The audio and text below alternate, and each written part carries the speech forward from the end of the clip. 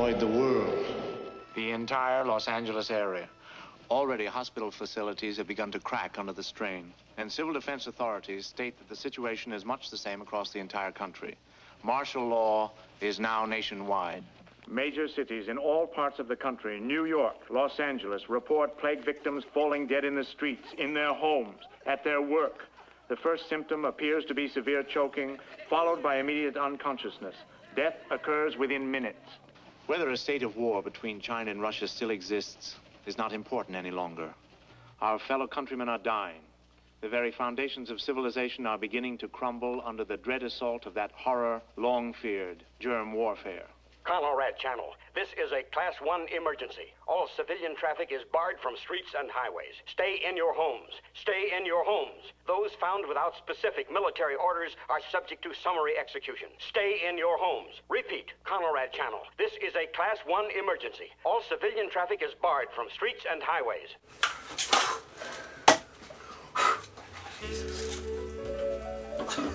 How's the air in here? Not bad. Clear.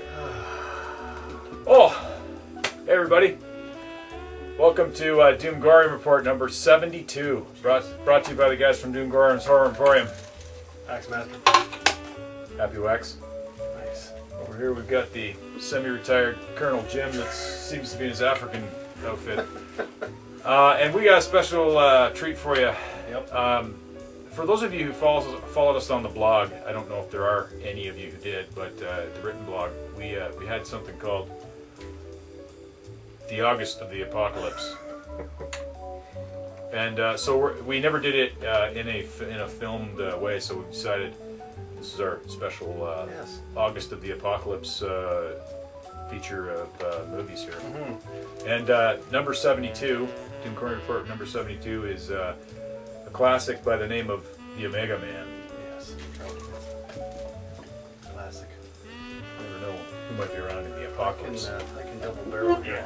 So always have to have the firepower handy in the apocalypse. Eh? Yeah. So The Omega Man. Basically, director was Boris Sagal. Written by John William Carrington and Joyce Hooper Corrington. It stars Charlton Heston as Neville, Anthony Zerbe as Matthias, Rosalind Cash as Lisa, Paul Coslow as Dutch, Eric Lenouville as Richie, Lincoln Kilpatrick as Zachary, and Jill Girardi as Little Girl. And many people in the family. They won't mention the family. That guy, Zachary, what was it? Hang on. Anthony Zerbe, who played Matthias, was in a lot of those old movies back then. He was like a classic villain dude. Yeah. So the Omega Man.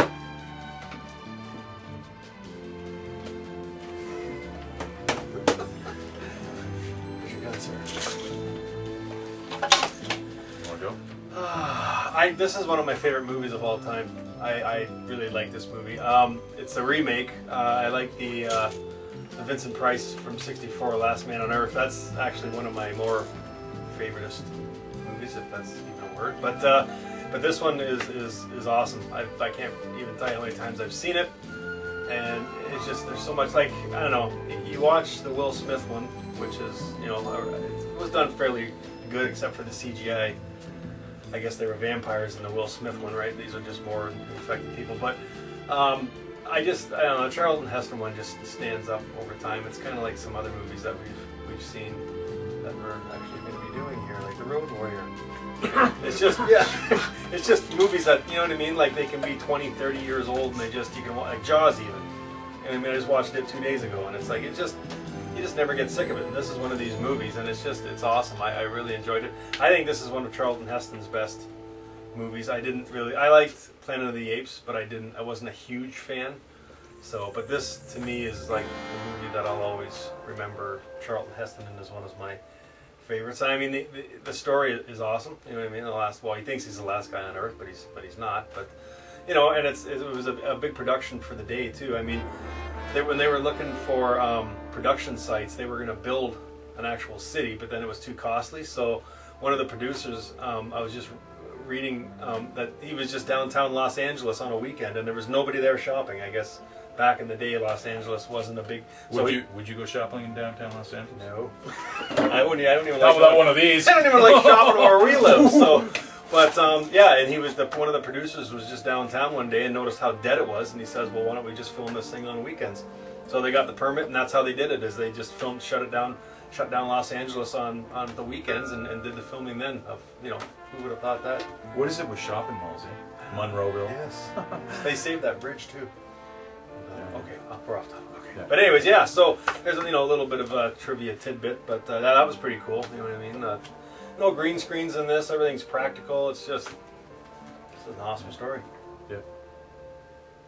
I agree. I agree. I like this movie's got that. I don't know what it was. Maybe it was 35 millimeter. Maybe it was just the fact that in the 70s you had older filmmakers that were still bringing parts of the classic era of filmmaking into movies. Mm-hmm. It wasn't about green screen and computer technology. It was about practical. But there was some kind of an atmosphere to these movies, and this is definitely one of them. It had that creepy, otherworldly era or aura to it. Kind of like, it sort of reminds me, when I watch it, I always, for some reason, think of original Star Trek episodes. Mm-hmm. Like, you know, it's got that vibe to it. It's got the weird lighting. I like the fact that the family was all gray, and it was like, they were almost like zombies, really. Yeah. And it was something different. Like, and of course, Charlton Heston is pretty cool in some things because he is so handballish over the top, but he was good in it. Like I said, I like that Anthony, or that Zerb guy, Anthony Zerb, because he was like a classic villain back then. Like he was in a lot of things. He even played a leper colony guy in Papillon, and all that kind of stuff. He was in tons of movies. Cool. And what else did like we were talking about it, the fact that probably the film was pretty freaky, and in this adaptation they called themselves the Family. Yeah. Right? Like the infected people, and let's not forget that in what did I say the movie was from? I didn't say it, did I? 71. 71. In 1971, the Manson family was still on trial for their crimes, so that's probably why they took that sort of sort of a bend on it. So yeah, I like the movie. Probably, and it worked. You know what I mean? Because I think in the Vincent Price one they were called ghouls. I'm not sure what they were called, but to change it to something that's a little more relevant to the time, that was current, draws the audience in and maybe freak them out a little bit more too. Totally, so, it's funny too, because when you watch movies like this today, because everything's so over the top and there just doesn't seem to be any restrictions anymore. But back in the day, this movie would have freaked a lot of. It's like kind of like, not The Exorcist to compare the two. They're two totally different movies. But an apocalyptic movie of this style, would have freaked, because really, how many movies back then? There weren't a whole lot of movies being made where they shut like a whole city down where they had the ability to do that. So this was something new for the time too. Mm-hmm.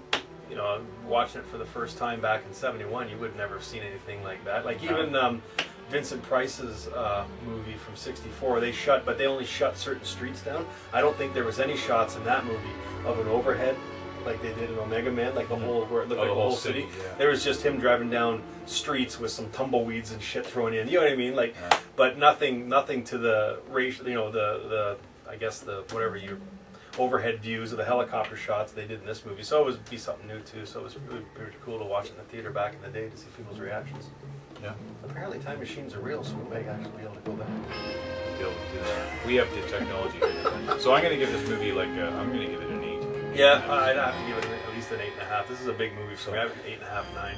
This movie can do no wrong in my eyes. So there you go. So that's the first one for August of the Apocalypse. 72.1.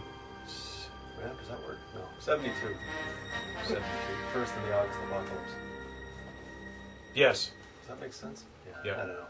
Doomgoryum report 72.1. Did you turn the oxygen down here, Jim? Doomgoryum date 72.1. All right. So yeah, thanks for tuning in. Yep. Stay tuned for the rest of the August of the Apocalypse, because August is a long month. It's the longest month in the Apocalypse. Could be the deadliest.